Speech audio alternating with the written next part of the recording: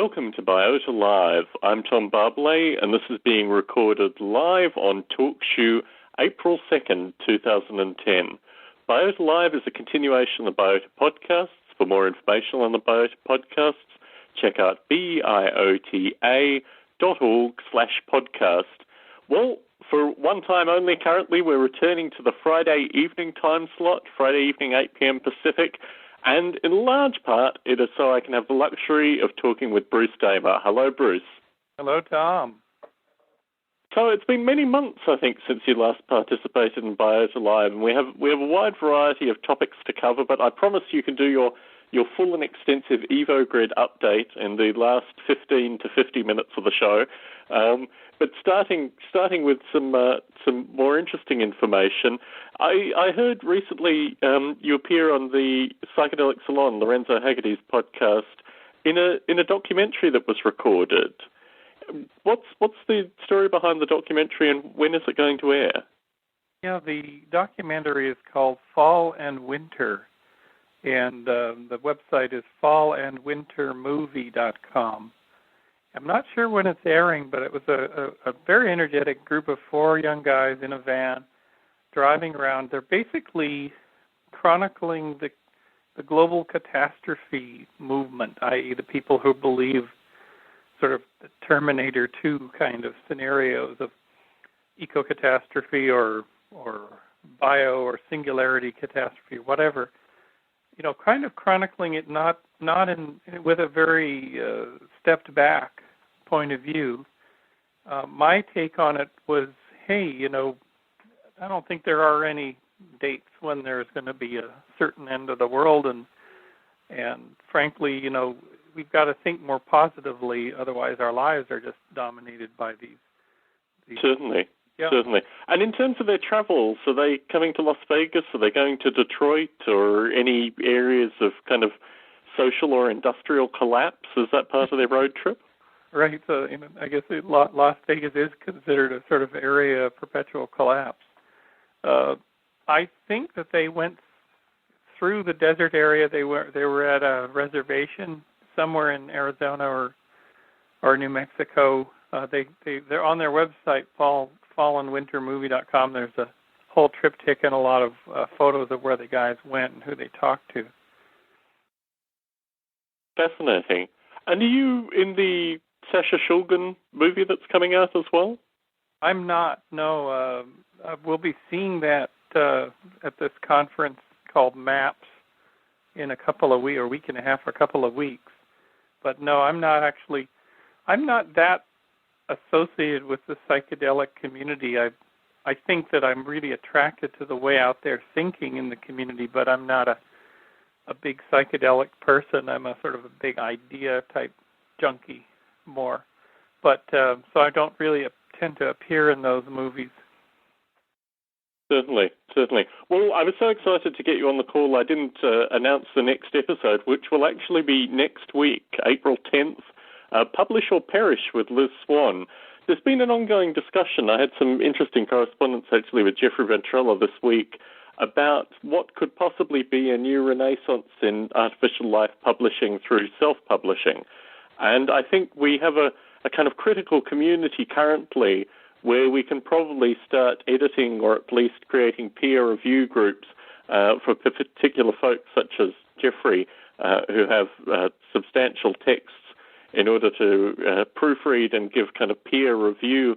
Have you, I mean, in terms of the self-publishing community, is this something that you see as being the way of the future, Bruce, or do you still think that Springer will present artificial life to the masses sufficiently? I think that generally, one of the things that we've done, and here I am starting in the EvoGrid, but is I think that for the public, what is really important are visuals, animations, and there's some fairly craftily well-presented ones. I won't mention the ones we did, but sort of origin of life cartoons. Certainly. I mean, I think that's targeted to a particular audience, and certainly I wouldn't want to talk against that at all. I mean, certainly I've had correspondence with Gerald de Jong in particular associated with his current movement of Darwin at Home, and we talk a little bit more about my developments with Noble Ape. I'll talk a little bit more about Gerald's own experience. So I think it's not really about eliminating any of the possible means that we have to communicate, be it audio, be it video, but I think certainly from my perspective, and we've done this probably on a couple of previous Biota Lives. I seem to remember talking with you probably 2.5 years ago about from books to the internet, which means what is actually the right method to convey artificial life history to a modern audience. And I think we probably agreed there that there was need for video and audio and a wide variety of materials. I guess my discussions with Liz Swan in particular have tended to focus on the fact that there are now, 18, 19, 20-year-old students studying artificial life. And the Artificial Life Journal provides some interesting examples. It provides some interesting talking points. Certainly, Maciej Komaczynski and Adaminsky, I think is his cohort's name. Their frequent Springer books provide some insight into artificial life. But the level of detail in terms of a developer such as Jeffrey dissecting a substantial project and analysing a lot of the idiosyncrasies that may not necessarily feature in an academic article. I mean, I think there is still a market for that. Certainly my own original manuals, although I remember the video recorded probably 2 years ago now, where you referenced the original manuals but said that you yourself hadn't actually had a chance to read it. I still think there are people in the community that are looking for those kind of texts, and the potential for them to sit out there even in second-hand bookshops and be picked up by, 18, 19, 20-year-olds shouldn't be sniffed upon. But the interesting thing with regards to self-publication, I'm thinking here of CreateSpace, which is the Amazon self-publishing outfit, and also Lulu, is that the price of what amounts to a standard kind of textbook-sized book, or even a smaller soft-cover book that, I was printing these out, and they're the size of the texts that I got in philosophy, my metaphysics texts and these kind of philosophy texts. So they're very much suited to university students, probably between $7 and $10 in terms of these self-publishing outfits, to produce something which is on par or even better quality than textbooks that were being created a decade or so ago.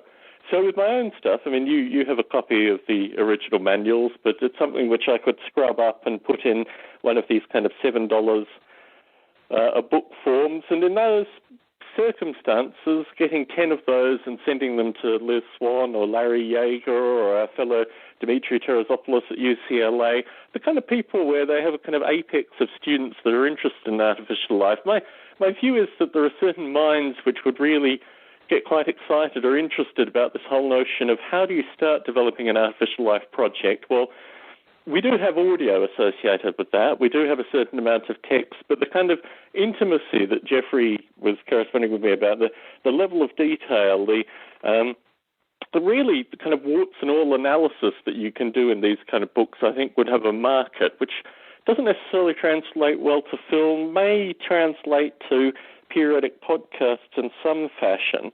But I don't know. I get the impression just by looking at photos of your Redwood home that you have a fondness for books and the tactile nature of books as well. If Jeffrey Antrella self-published a book analysing, say, Darwin Pond, if he did a book that analysed, in fact, I think the book is historically an interaction between his time at MIT moving up to there.com. So it's really fundamentally an A-Life Avatar crossover book. I think certainly you would be interested in reading it, and I think there are a number of folks in the community that would. So I see it in terms of just following a path of open source, almost, that open source may exist in source code, but getting books out that are effectively at cost price to get the information out in the form which perhaps a certain group are receptive to, I just think it's another kind of, another string in our bow as a community. What's your thinking along these lines? I really agree, and I think that the discipline of saying it's a book, and it doesn't matter if it's an e-book or whether it goes to Springer, it creates a container that you have to fill and make it comprehensive and make it complete and have an index and something that's a very nice package. And for me, for example, when I'm done with this PhD dissertation on the EvoGrid, I would like to pretty much right away, after recoveries of energy, put it into a book form, because I think it'll be very, very fresh material and it'll be ready to be consumed. And I don't care particularly if a publisher picks it up, although it would be nice, but I think it's worth putting out. So any student who's actually doing a master's thesis or an undergraduate thesis should, on something that they're really deeply thinking about, should have the mechanism and be encouraged to put it out in some kind of e-book form. Certainly. So anyway, this is going to be the topic of the next Biota Live. I just wanted to put it out there to kind of get the community's minds thinking about this idea of self-publishing and the directions to take it. Because certainly when Jeffrey contacted me, I think he'd heard maybe brief mention of it in previous podcasts, but it's something which I'm considering doing currently as well. I have a lot of text that's been generated. Most of it I've actually kept to myself, and it can be tidied up and put out in a self-published book, with the view also, and I need to make this point, that there are currently at least 3 book projects, Springer book projects going through the community, and Liz has asked me to put out in particular reference The Origin of Design in Nature, which is the book that she's co-editing with Dick Gordon and Joseph Seckbach. And there is another Dick Gordon book called The Origin of Life, Bruce? It's Origins of Life, and it's mainly chemists in that one. I'm doing, I think we're both participating in that. Certainly.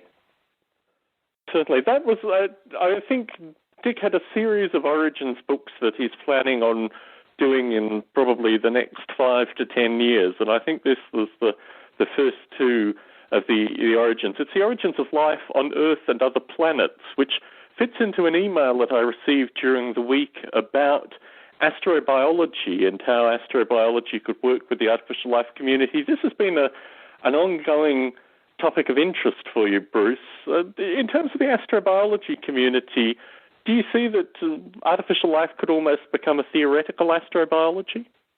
Well, there's definitely a crossover. When I did a talk at the SETI Institute in January, there was a leading astrobiologist right there in the front row peppering me with questions. And basically she'd done some of the earliest artificial chemistry simulations on substrate simulations in software, probably even prior to the birth of the artificial life field. So those people who've been thinking about life on other planets are, in some sense, they are artificial life people by definition. They have a different scope and landscape they're looking at, but they're artificial life people. Certainly. And I think Liz Swan mentioned that she's going to an astrobiology conference in, I think, the next month, and will be seeking out similarly like-minded artificial life-interested folk to participate in Biota or potentially future book projects or the current book projects that Dick Gordon is publicizing. So I wanted to hold this Biota Live, Bruce, to talk about what I'm describing kind of in a soundbite as the state of the union of artificial life. I've received quite a bit of correspondence in recent weeks about the various turmoils associated with aspects of the artificial life community, and I think when we talked about the quality of life, which is something that I wanted to bring into the Biota Live discussions, even 2.5 years ago, things were looking pretty bleak. They certainly haven't improved. I think what I find kind of surveying the correspondence is that we really are following something which you predicted almost 2 years ago in terms of the general bunkering down of the community. I think we're all returning to our favourite projects and working on those. Certainly, as I've mentioned, Jeffrey Ventrella and Gerald Jung have been in correspondence about their particular projects. But I do get the sense from others in the community that in these kind of circumstances, what folks tend to do is return to what they really enjoy in the artificial life. I don't necessarily want to say hobby, but the artificial life kind of their own particular interests in artificial life, let's put it that way. And certainly in terms of the grassroots communities, I've received correspondence over the past couple of months about folks who are interested in getting together and starting up independent communities. And I know my hope is actually to be in the Bay Area and give a couple of talks in probably a July timeframe this year. As you've travelled through the world, I mean, you've spoken at various gatherings talking about things associated with the artificial life community and the EvoGrid in particular. Do you get a sense of the kind of the way things have progressed basically over the past 3 or 4 years economically, and your sense about these grassroots artificial life groups maintaining through these particular turbulent economic times? I think that there's a high attrition rate. So, for example, we've seen several members of our Gray Thumb community lose their jobs, also starting families and having 1 or 2 children and having simply no time. I mean, people know what it's like to have an infant. Your time is just gone. I mean, you're working at 150% commitment. So all of those things which maybe you were doing on the side, it's not your day job or go. I think there's just really if there's periods of sort of good and growing employment and opportunity and people not running scared, I think they're more likely to, commit time to building that Burning Man exhibit or doing their artificial life work on the side. And certainly. I think there was a subset of the community, and particularly I guess through the late 90s, really going up to the kind of dot-com implosion, where there were a number of folks in the community that seriously thought this was going to be their life's work. I mean, that they had devoted their time and energy to artificial life and this would create careers. And as I started doing even the Biota podcasts, even as late as 3 years ago, there were certainly folks in the community that could see themselves generating income from artificial life. I was always slightly skeptical, although I had to remain to give a relatively positive narrative. But I think certainly what you've seen is that people who had anticipated not necessarily getting rich quick, but certainly making careers that would generate reasonable life-sustaining income through artificial life have had those hopes and dreams dashed, certainly in recent years, if they ever could exist at all. A good parallel is over in virtual worlds and avatars, and I call it the kind of, over in that medium, I call it world struck, where people come into virtual worlds and they think they have endless possibilities and capabilities, and they approach the medium with a naivete, where it's like, we'll do virtual shopping malls, and I'll set up a whole company to do that. And over the years, over 15 years of seeing rise and fall, and virtual worlds are now in another declining phase. They're closing. It seems like every couple of weeks a platform is closing or company shutting down. And so the naive people who set up these companies and enterprises without knowing history burned through their VC. And there's of course almost no VC for artificial life, really. But, then there's this disillusionment and whatnot, and then 4 or 5 or 6 or 10 years later, there's a new wave because there's a new crop of people who come in, and the meme or the idea is still out there. And so they're attracted into it, and they read some of the existing work, and then they start up all over again. And you see that the naive ideas reappear again.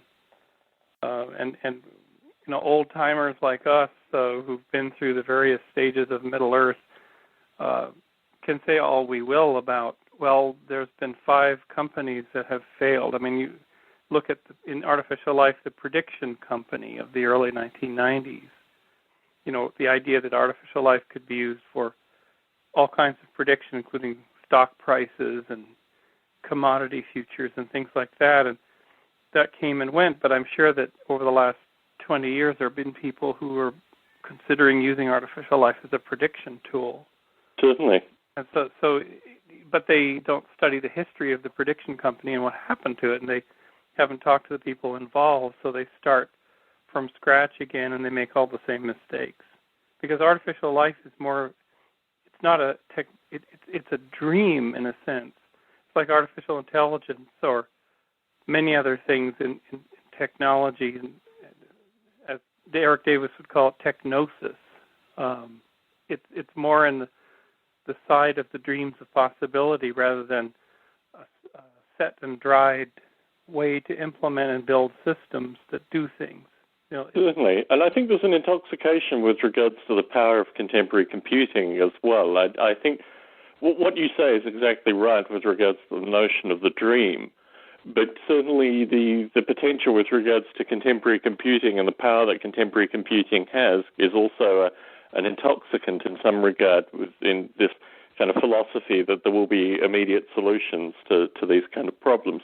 Interestingly, I mean, through doing Biota Live, there have been a few participants who have really talked very strongly about the potentials of these technologies to do the kind of things that you're discussing. But I guess my sense with regards to the kind of old timers, the white beards of the artificial life community, is that they have lived through at least 2, if not 3, of these kind of cycles, and yet maintain their I don't necessarily want to use Yoda as an example, but maintain their connection with the community in that fashion. And certainly for folks who are listening in, who, feel really that they've been developing projects for 10, 15 years, and, once again, this is another dark period, I think what we can do is start percolating with the view that these things come in cycles, and the cycle may be going down currently, but what will happen in the future is that, as you say, these folks will come in and it will be things like, well, I hope even the possibility that these podcasts will persist. I know the Internet Archive is still a surviving entity, so, there'll be audio out there, there'll be text out there'll be a wide variety of videos. As you say, the richness of media in this present wave of artificial life development is far stronger, although maybe not as mainstream, no BBC documentaries or these kind of things, but certainly there's a lot more information out there now that could be catalogued in the next rise for the artificial life community. And I think the rise and fall has a great metaphor, and the metaphor is surfing. And I always sort of think of it in this way: is if you're a good surfer, and I was a terrible surfer, but you're sitting on your board and you look on the horizon and you can see patterns, and the patterns are the set of waves that is actually a good set, and it's worth actually paddling out for and getting ready to ride. When you get out in the set of waves, it's usually 3 or 4 in a row, so you have 3 or 4 opportunities to ride these waves. And then you look around yourself and you see other surfers. You see more experienced surfers who are going to take the wave. And surfer culture says, 2 people can't take the wave, therefore the more experienced person or the person in the right position takes the wave. Then you might get another shot because you watched the surfer who just took the wave and see how well they did. And you might take the last wave, but you might do pretty well, or it might not be your set.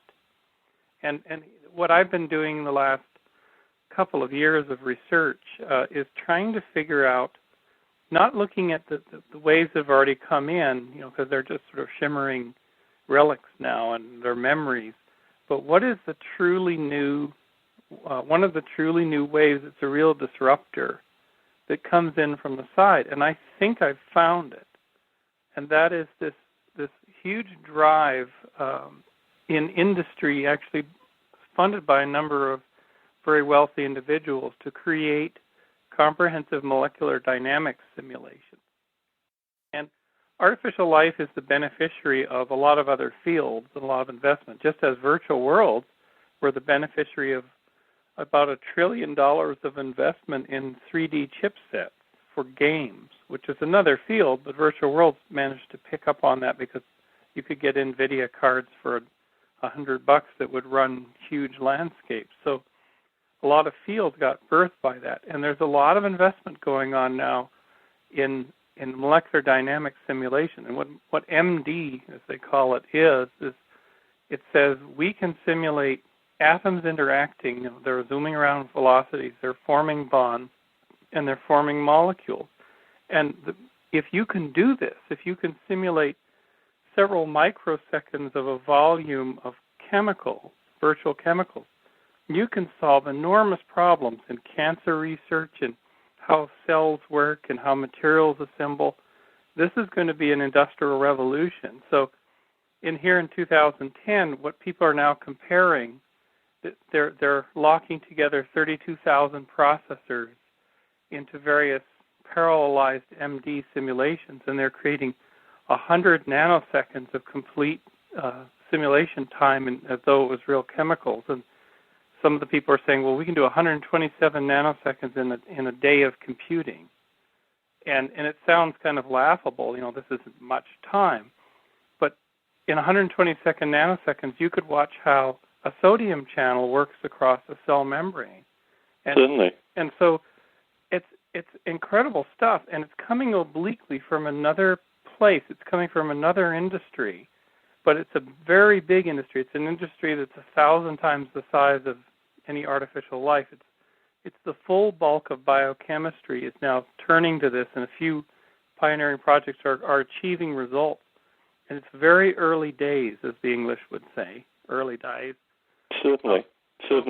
So I see you're on the cusp of the EvoGrid wrap, so we're almost getting to that point in the show, Bruce. But before we do, I wanted to talk a little bit about what you're describing here, because one of the groups that I'm looking forward to meeting with when I'm in the Bay Area is actually the group at Intel who've been using Noble 8 for the past 5 years. They're actually doing a code drop in the July period after about 2-person years worth of work on Noble 8. My suspicion is it's around the same time as Apple's WWDC, but I don't want to jinx anything.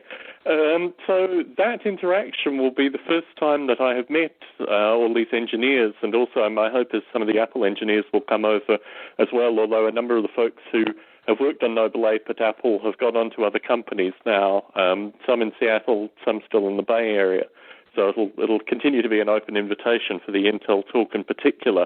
But I think the sense of even the chip manufacturer that is Intel is that they are really thirsty for the kind of applications that we can provide in artificial life. And I think you're exactly right. The linking with molecular dynamics into aspects of the artificial life community is almost there, and certainly you're a great champion. We'll talk a little bit about A-Life 12 probably in your EvoGrid wrap.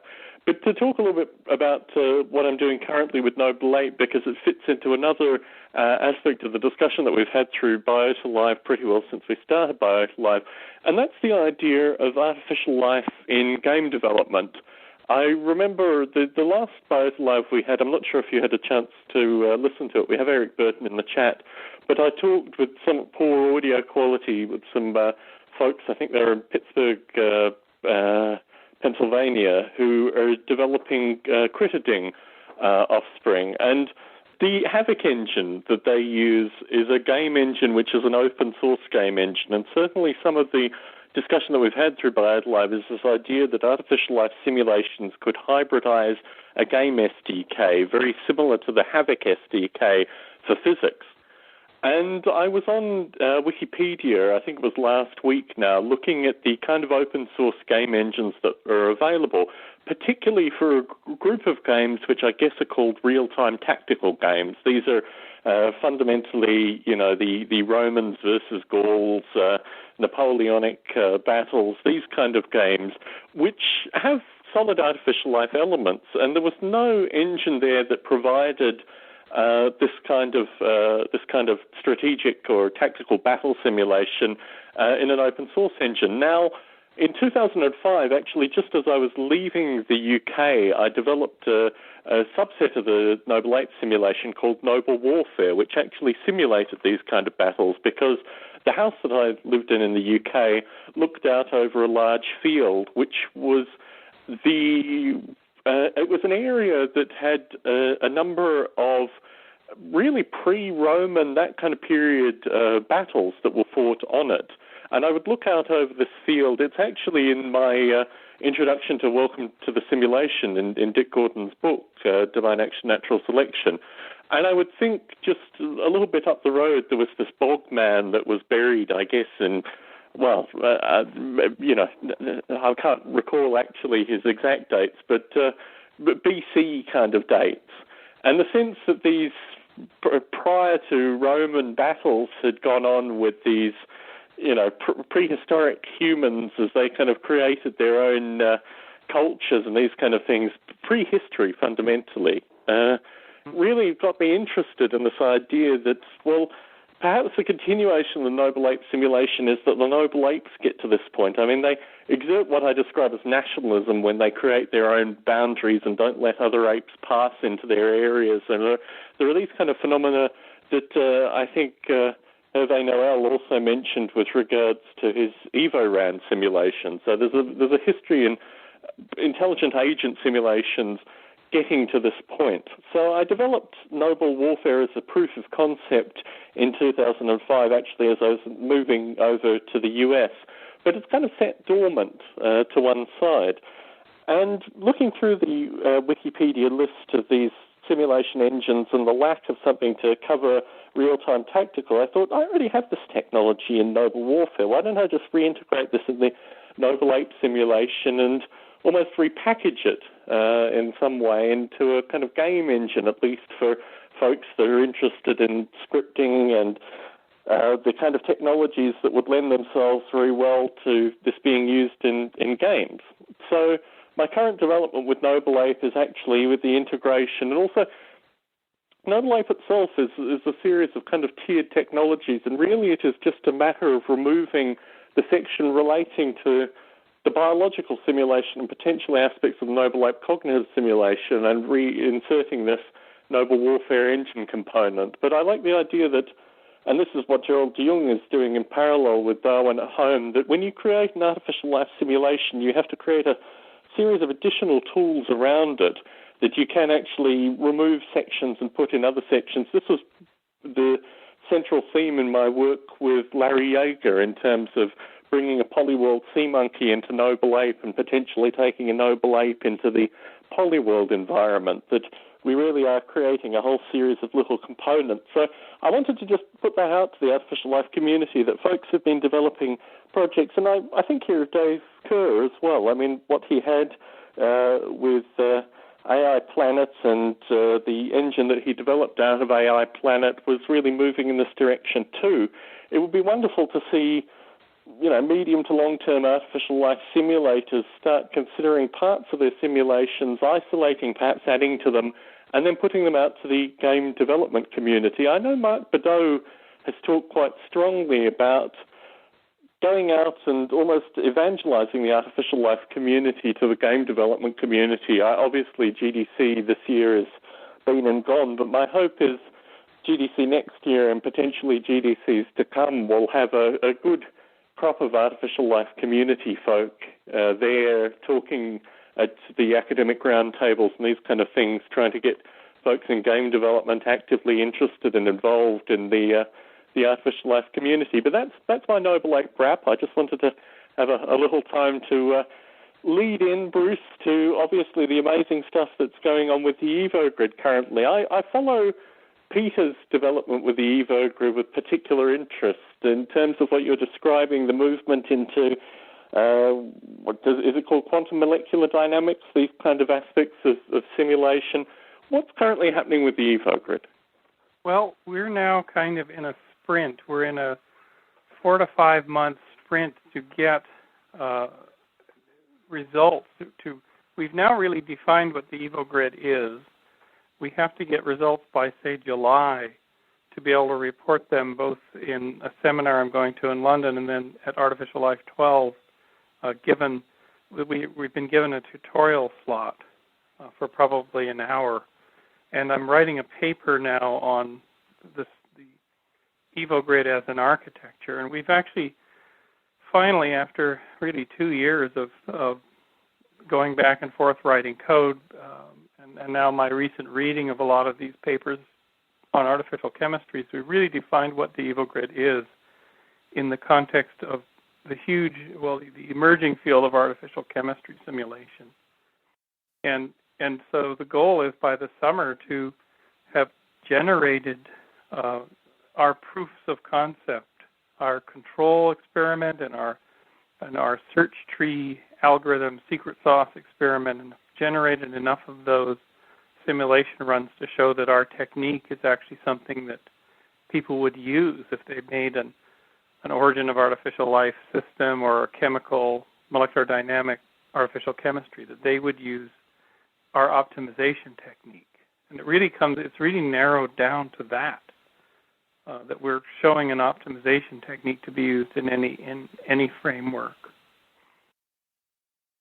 And I guess this idea of the EvoGrid as kind of conceptual algorithm is something that's come through the discussion, particularly with regards to ratcheting, and really almost the EvoGrid as something that could be described almost like a kind of metaphysics, if this makes some sense to you. The idea that the EvoGrid exists with the potential that everything around it, the underlying simulation, fundamentally can be replaced. But what you're describing here is really a metaphysics, truly.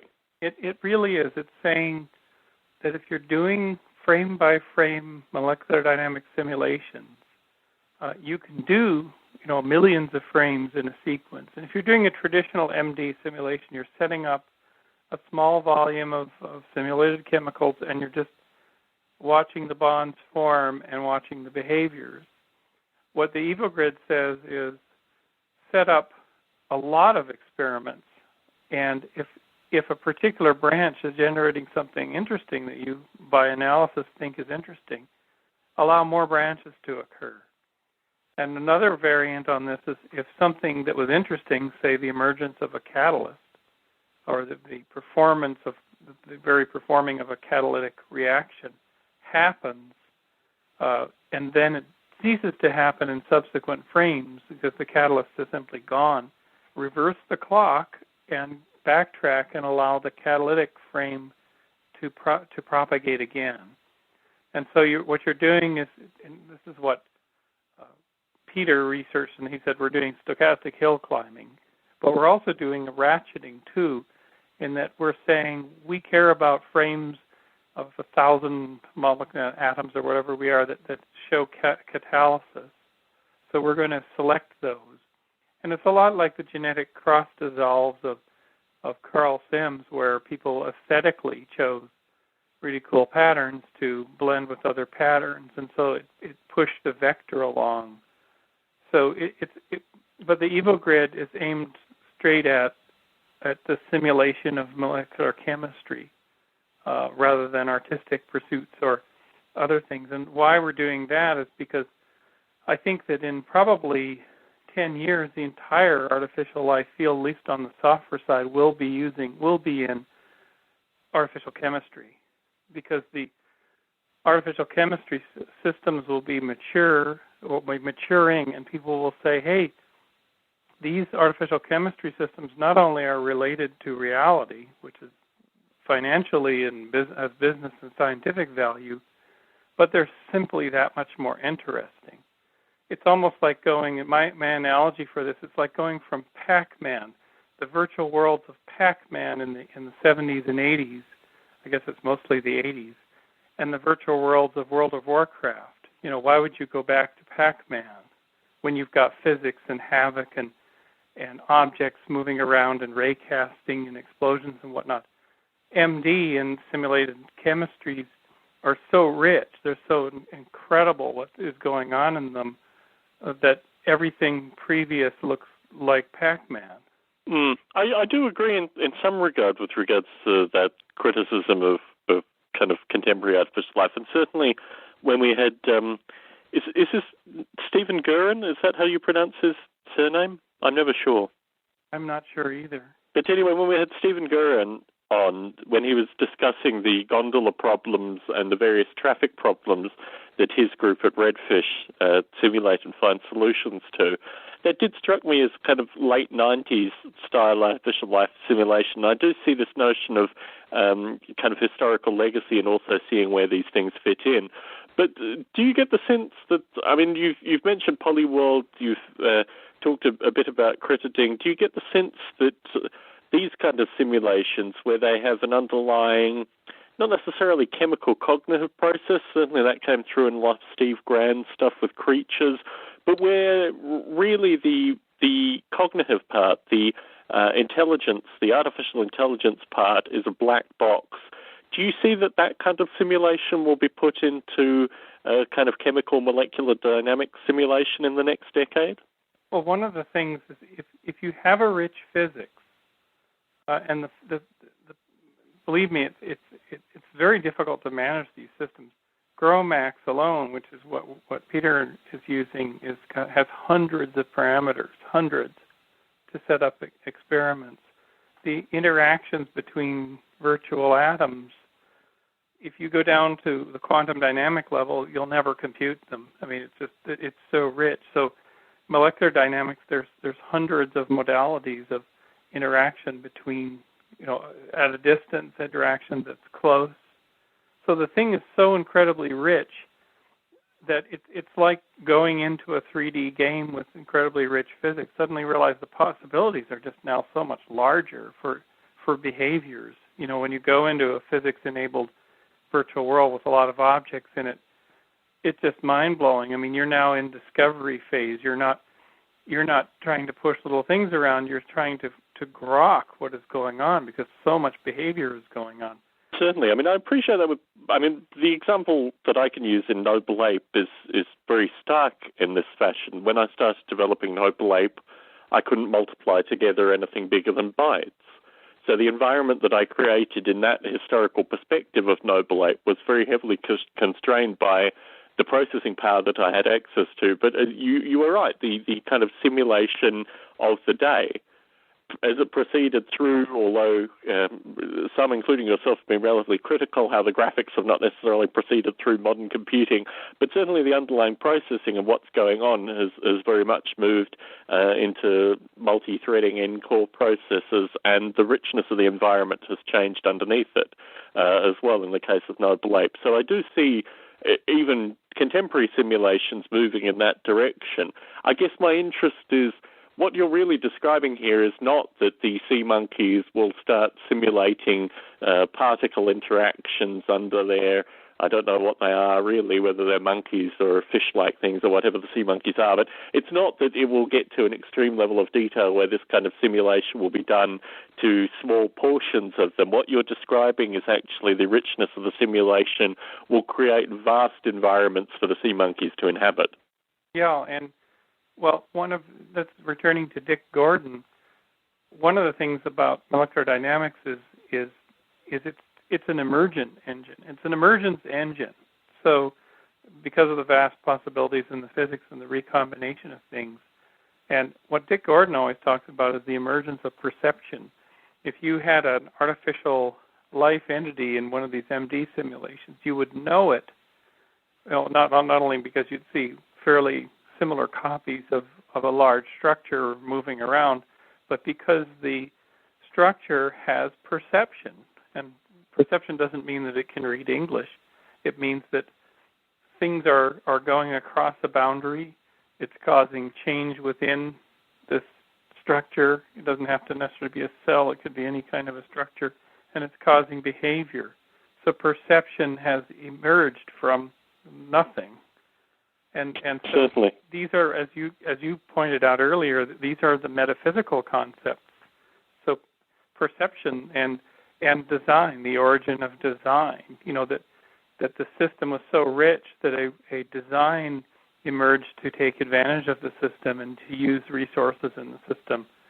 And this is, of course, Liz Swan's theme for the upcoming Biota 5, I guess. Certainly. And I mean, just on the point, rewind a little bit, ironically, the point that you made with regards to stopping the simulation and rewinding a little bit and finding a point where something interesting happens. I remember numerous conversations with you where you were actually concerned at some point with regards to the hand of God criticism.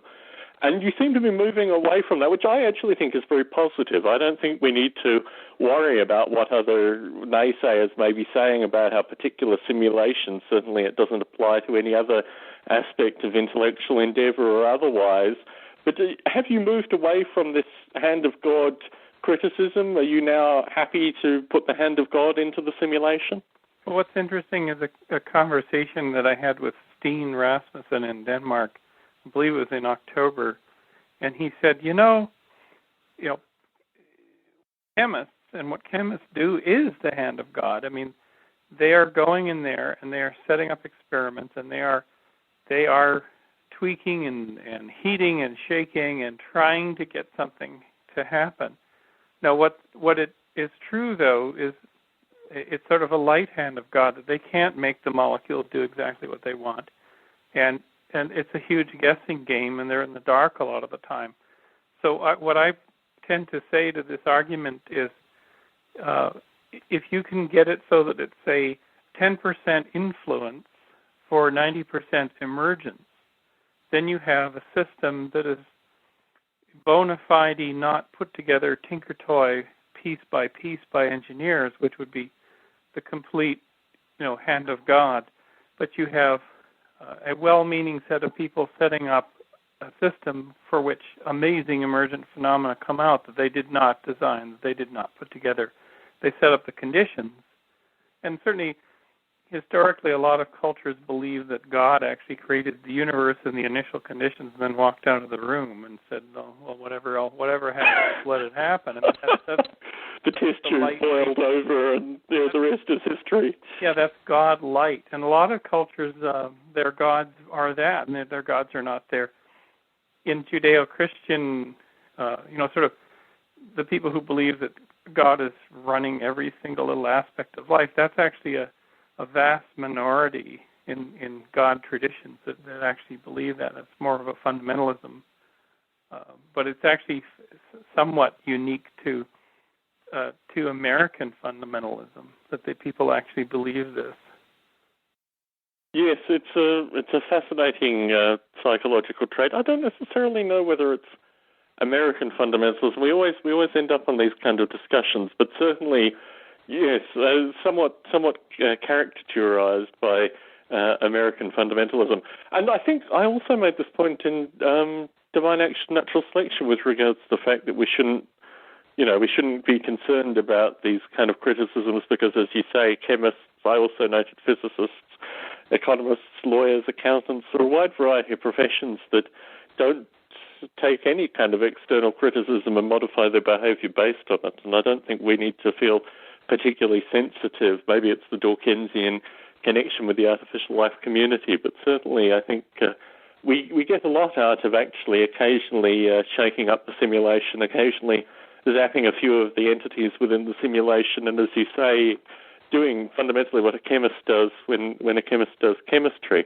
So in terms of... One concept butting in here is my answer to this question about the Evo grid. Should it evolve into a wonderful, massive MD simulation in which stuff can emerge, is that there would be two versions. One would be the black box, where nobody can mess around, and the thing is pretty much running lights out, automated, even automated detection, automated tree search. And the other one is the Intelligent Designer Edition, which allows anyone to go in and try to set up things and build structures and whatnot. And comparing and contrasting those two, the hacker Evo grid and the scientific, black box emergent Evo grid, it'd be kind of like a John Henry, us against the machine. Can we, in our little intelligence, be artificial gods? And to coin our friend from Biota 2, Douglas Adams, can we beat the emergence engine? Can we come up with something that can survive? And what if the emergence engine came up with the artificial entity that people looked at and they say that's artificially alive? And before humans could fabricate it in the Intelligent Designer Edition. And that would be a tremendous wake-up call, actually, that intelligence is not necessarily the best tool to do this kind of work. Certainly. And if I can take a right turn at a favorite topic of mine, which is this idea of summoning the Evo grid, I was listening to a podcast by a fellow called Sid Lieberman, who is a professional storyteller. I think this idea of narrative and the power of narrative is very much part of the summoning the Evo grid discussion. And he was commissioned by NASA to write the story of the Spirit Mars lander. So he had a couple of podcasts recently describing his experiences spending time at NASA. He's he was a high school teacher in Chicago for a number of years, but a professional storyteller in parallel to this. And his description of going into NASA and talking with all the scientists, and then he performs the story of Spirit, which really is a story of all the scientists and engineers that kind of contributed to Spirit in a amazing kind of, I guess, hour-long story which describes all the tense moments and these kind of things in the actual life of the lander just prior to it landing, kind of encapsulating everything in its design up until that point.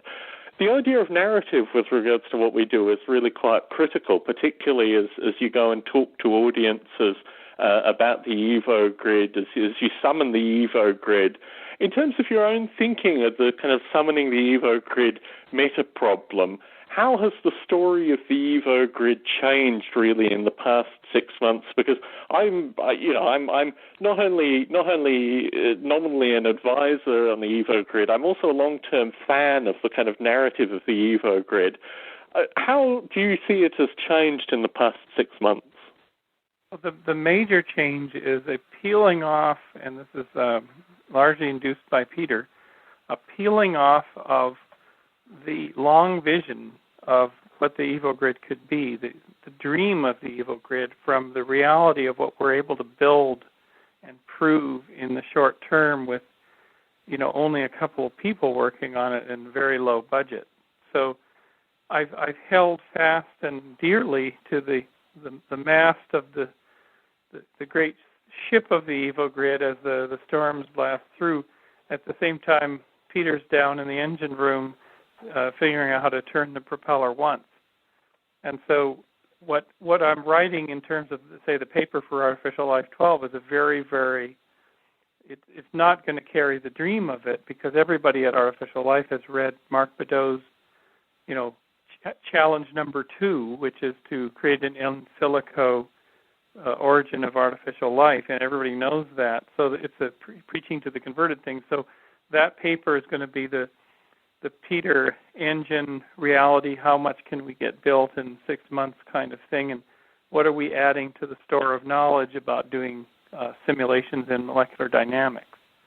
And so that has very much tunneled down to, we have an optimization technique, and it's very, very computer sciencey. It's certainly algorithm before and after. Certainly. I guess certainly I've seen that change in the past 6 months as well, almost a kind of pragmatism of the vision. And really, kind of historically, and I think this is an important thing if you write a book after the PhD, is a lot of the early conversations, a lot of the early discussions, some of them are private. I mean, some behind-the-scenes stuff. I had a wide repository of Evo Grid-related audio on a computer that was stolen, I don't know, I can't even remember, probably 12 months ago now, even more than 12 months ago. But my office was burgled and this computer was stolen, and it had all my resources of Evo Grid discussion, including just a wide variety of folk. Freeman Dyson, your first trip to Flint, which I think was really very much part of this summoning element, and very much part of this high vision and hearing feedback from others and these kind of things. It was fascinating to me to have that audio, but unfortunately all that audio is now lost. I do understand the notion that this was private audio and these kind of things, but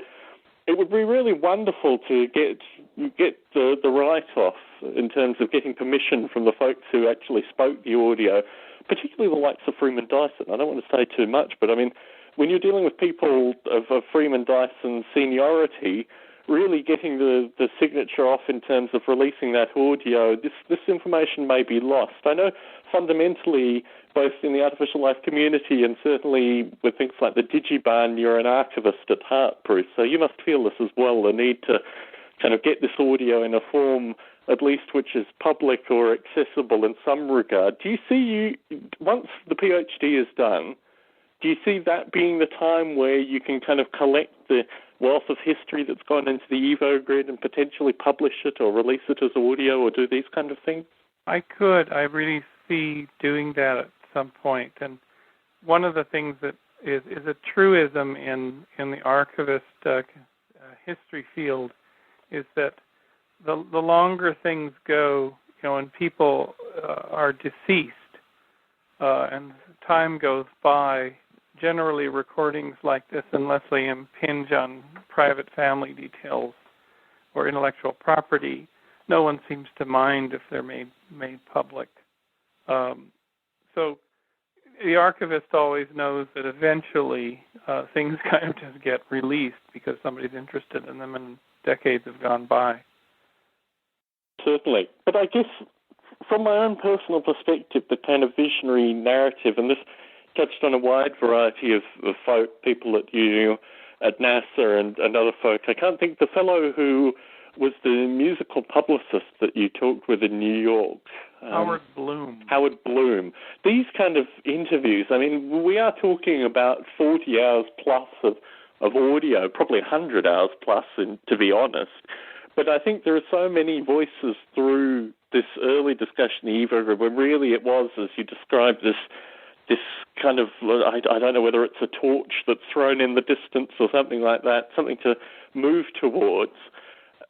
Certainly that element, the Evo Grid, I feel lacking when I hear your modern talks, because I know that the Evo Grid has become something that's very particular and related to a PhD, and certainly I follow Peter's work, his individual file check-ins, in fact. So I do get the sense of it being something now which is very definite. But the whole vision and hope element was something that I think, I'm not alone here. I know others in the community that feel this way as well, that the need for the Evo Grid at a particular time as a vision has not left the community at all, whilst this thing has actually been ratcheted down into something that's smaller. Do you see the Evo Grid in the future as returning to this visions of the Evo Grid, or do you think that, the Evo Grid is now very much the Evo Grid 3.0 is now defined, or do you see that there will be an intellectual movement in the future that will be similar to the kind of early days of the Evo Grid in terms of the many different possibilities? We did talk at one period of time about there being a number of Evo Grids. Well, in fact, what I've seen in the last, with other sort of visionary technologies that have come out is that they're usually in the beginning, and often it's before anything is running in code. There's this incredible imaginative burst of space filling, of possibility space filling. People dream up what things could be. And this certainly, you can see this in many fields. You can even see it in aircraft and in flight and what radio could be. And the first radio sets were working in the 19-teens and 20s. And then there's a tunneling into what it does become for a period of time, and then it expands out again, and it makes another breakthrough.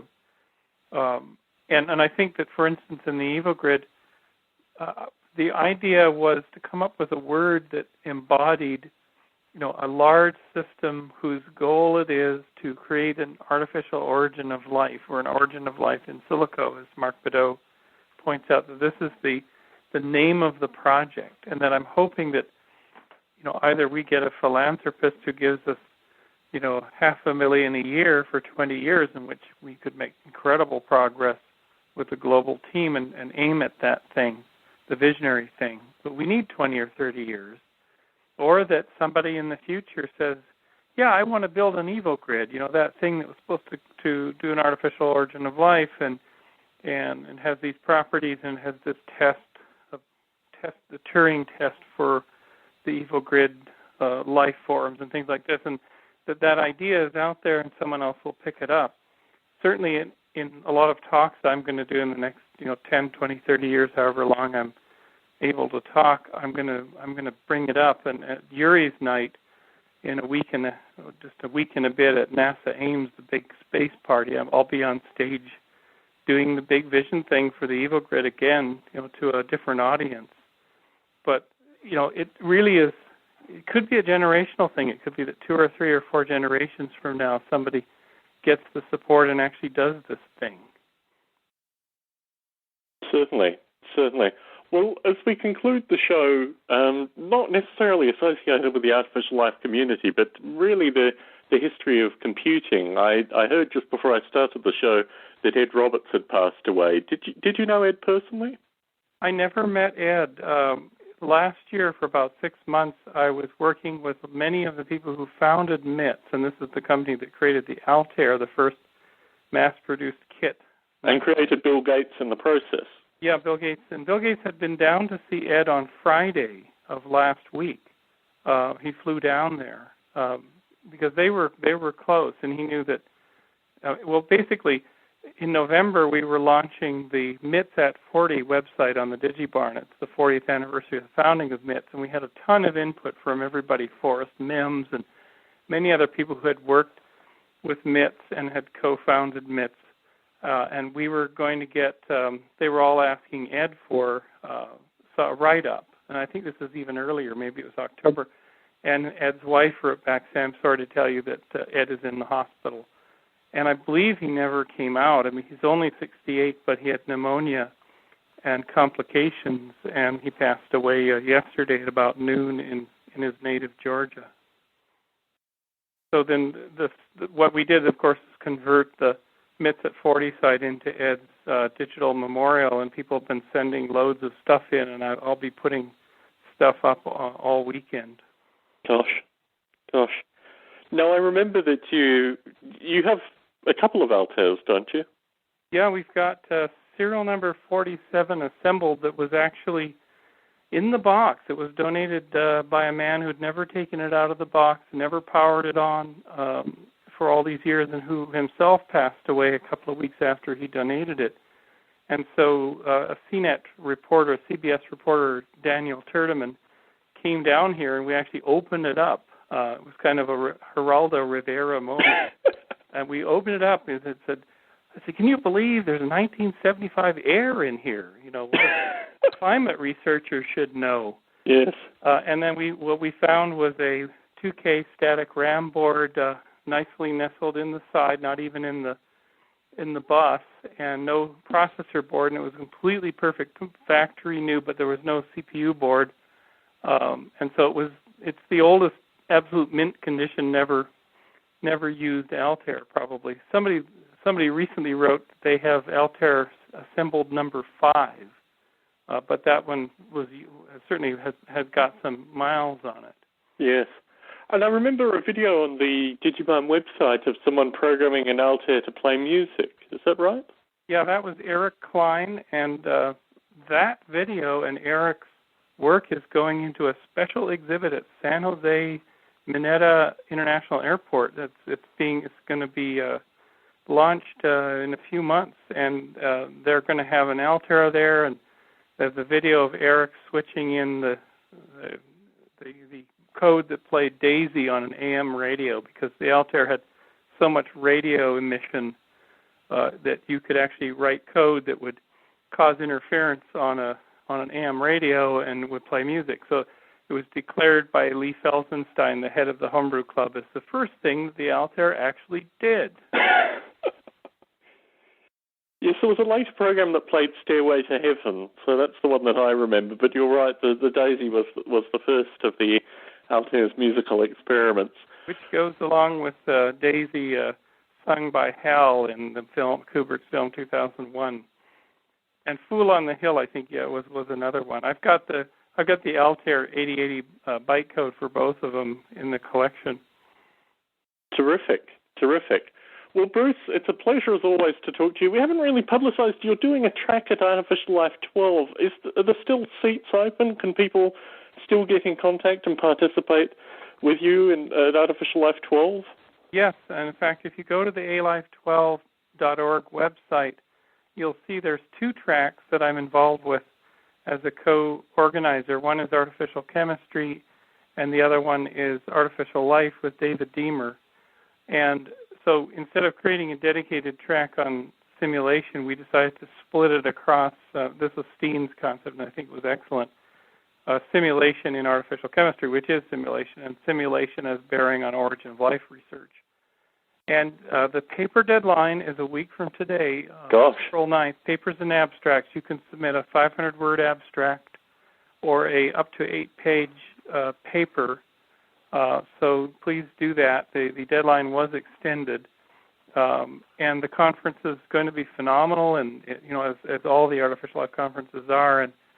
And according to people that are organizing it, there's a really great interest in this type of simulation of chemistry, artificial chemistry simulation there. And so that's probably your indicator, for at least academic, where the tide is turning in this field. And is there going to be some roundtable discussion as well? Is there a slightly less formal means for people to participate in this track, or is it really just all through formal papers and lectures? It's formal papers and lectures, but there are also satellite events. And if you look at the program, they're just sort of being put up on the website now, but there's 3 or 4 satellite events, some of which are before, some which are after, and they're standalone little micro conferences. The Evil Grid session is going to be, believe it or not, I'm going to do the vision thing in our 1 hour long tutorial. This is what Steen thought would be a good idea. That the update that I give to Flint when I go there, he said, just do that. That'll be interesting for people, and you can show your movies because it's entertaining. It's a little bit lighter fare. Certainly. Well, Bruce, it's a pleasure as always to chat with you. I know you're going to be in and out of the Bay Area, but it'd be wonderful to have a chance to chat with you before A-Life 12 and potentially afterwards. I forgot to mention that Mark Bordeaux has been in contact with me in order to release A-Life 12 and related International Society material in podcast form. I and Liz Swan recorded a pilot a couple of weeks ago, and I think there are going to be roving reporters with MP3 recorders at A-Life 12 taking impromptu conversations, and also my hope is that everything at A-Life 12 of a formal nature will be recorded and available in audio format too, to be put out in podcast form. It's an exciting project. It's going to be a lot of work, but I think Mark has been very excited by the feedback and also just his general interest in participating in Biota Live, and I think you'd like to see the Biota Live model moved into the stuff that the International Society does as well, which is wonderful news, but it's going to be quite time-consuming in the foreseeable future. So, Bruce, congratulations! That's a wonderful endorsement. I think his interest is really the feedback that I've received from a segment of the community, the students primarily, the undergraduate and master's students that listen to or have listened to particular Biota Lives in tutorials, have given this kind of feedback directly, and he sees this really as being the way of the future, particularly as there are now in the 30s worth of actual undergraduate artificial life courses that are being taught the world over. Part of the work group that I formed together with Mark and Liz Swan last year tracked, I think, around 30 artificial life courses internationally, and there are more that are being started. So there are a number of students out there that are hungry for this kind of discussion, and certainly like the kind of topics that come up in a Biota Live format. Certainly when I talk to Mark, my interest is not necessarily getting every published author in the Artificial Life Journal, but at least one per journal on a podcast to have a kind of question and answer session, and also a lot of. Do you get the Artificial Life Journal, Bruce? I don't. I get the news in the mailing list, but you don't get the print. Because the journal itself, I've been subscribed, I think, for the past 6 years. There are fractal patterns that appear in the journal in terms of ever-tightening interreferential research, and then occasionally you have a paper that just kind of blows that pattern. But I also get the sense that a lot of these papers are part of a history and also a future. They are one paper in a set of possibly 5 or 10 papers, and it's very difficult to capture that, particularly if you think of an undergraduate student or a master's student approaching the Artificial Life Journal. They're not going to be able to see that historical legacy or really get a sense of the future.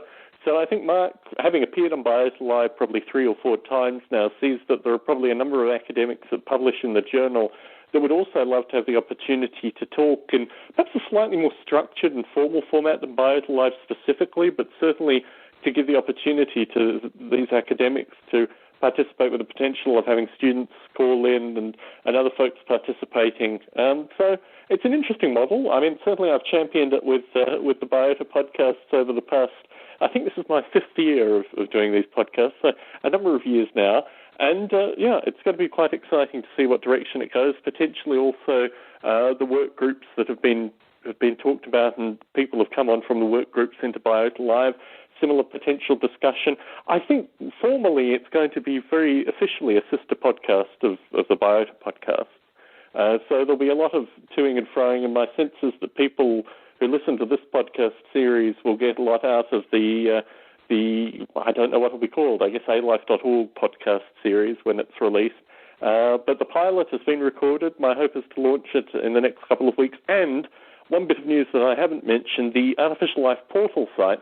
Who would have thought actually creating a dynamic social network of artificial life developers and their respective projects would be a hard process? I've invested about 18 hours over the past 3 weekends trying to get this site up and running and gone through a couple of packages already. I think it will formally look quite like Steve Grand's old robotics website. I'm interested in using the Ning software, having gone through a couple of other software packages. But that too will be launched in a similar time frame. Unfortunately, my time is relatively finite currently, with a lot of additional things that I've picked up, including teaching a course on Objective-C to 30-plus engineers on a weekly basis. So lots of additional stuff coming through. But the portal site and this new podcast, 2 exciting things. And obviously we're having Liz Swan on next week to talk about publishing in particular. Bruce, a pleasure as always. Please don't be a stranger. I look forward to talking to you soon. Thank you, Tom.